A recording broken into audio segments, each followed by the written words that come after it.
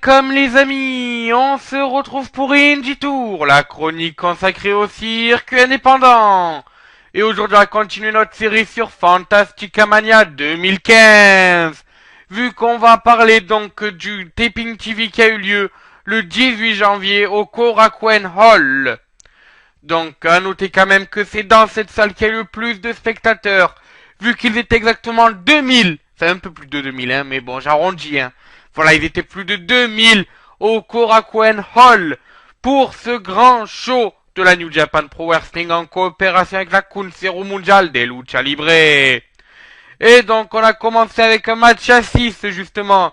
Justin Liger, Tiger Mask et Angelo de Ojo ont battu Tomohiro Ishii,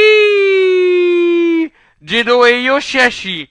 À noter donc que Ishii faisait son premier match de la tournée et qu'il se remet petit à petit d'une petite, on va dire, blessure, même si on peut pas réellement appeler ça une blessure, plus on va dire un coup de fatigue après Wrestle Kingdom 9. Voilà, donc ensuite Caverniaro et Okuruma ont battu Kushida et Titron, excusez-moi. À noter donc que Kometa et Mister Niebla, qui étaient aux abords du ring, ont été retirés du match. Caverniero a attaqué Kometa dès la fin du match en prévision de leur affrontement qui aura lieu donc le 18 janvier au Korakuen Hall. Enfin, La Sombra, Naito et Taguchi ont battu Mascara Dorada, Mascaradon et Captain New Japan. Encore une fois, Captain New Japan a perdu. A contrario, La Sombra, Naito et Taguchi, eux enchaînent leur 4e victoire. Enfin, on a eu un match pour le historique Middleweight Championship.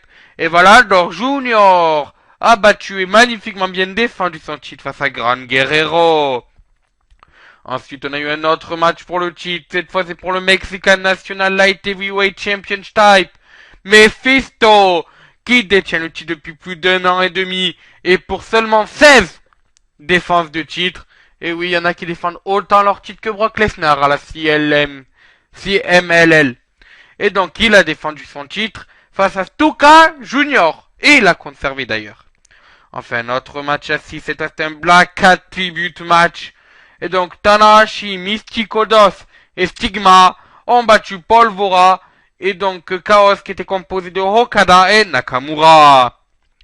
Donc, à noter quand même que Stigma et le neveu donc de Black Cat est porté à l'occasion un demi-masque en référence justement à son oncle. Et donc c'est Mystico par contre qui a fait le tombé victorieux sur Paul Vora. Les deux s'affronteront aussi dans le show du 19 janvier au Korakuen Hall.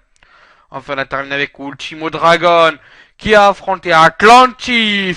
C'est la première fois que les deux s'affrontent. Surtout s'affrontent depuis le 19 septembre et la perte du masque d'Ultimo Guerrero. On sait que quand un luchador perd son masque, c'est un affront envers sa dignité. Et donc Ultimo Guerrero s'est vengé. Voilà, bon mais nous on se retrouve donc lundi pour les Indie Tours. Donc vous pourrez quand même me retrouver demain avec les TNA Info. Lundi on termine notre semaine sur Fantastica Mania 2015. Et puis ben voilà, sur ce moi je vous dis adieu, bonsoir les amis.